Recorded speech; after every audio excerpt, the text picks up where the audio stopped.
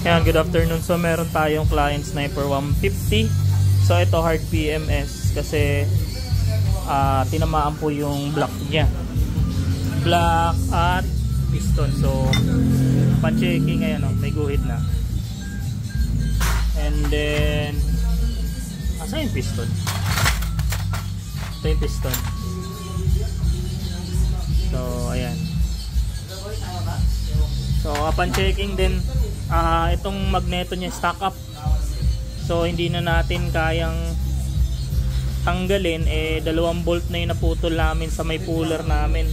Bumibigay yung bolt na high tensile, hindi talaga kaya. So no choice. Then yung connecting rod niya pala may ano na, may tama na. So palit tayo ng connecting rod. And then check natin yung pinaka-thread dito ng sigunyal kung may tama to or hindi na, busalsal na, kaya hindi lumalabas tong magneto. Palit tayo ng isang buong sigunyal, no? Ayan, so hindi na kaya ng mekaniko namin, bababa namin to, dali namin sa machine shop. Hindi ko lang sure kung paano nila to gagawin, pero baba makina tayo. Ito 80,000 odo na to, no?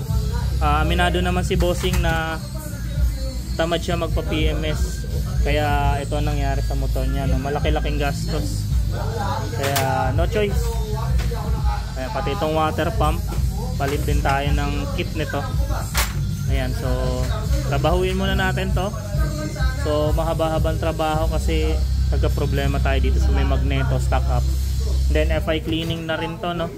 Clutch damper, palit na rin ng clutch lining, change oil, change coolant. So ito yung mga pyesa niya, no?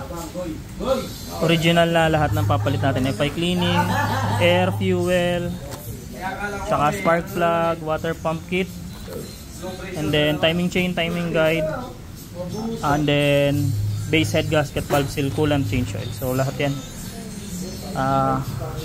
kinakausap lang si bossing, then trabahuin natin po.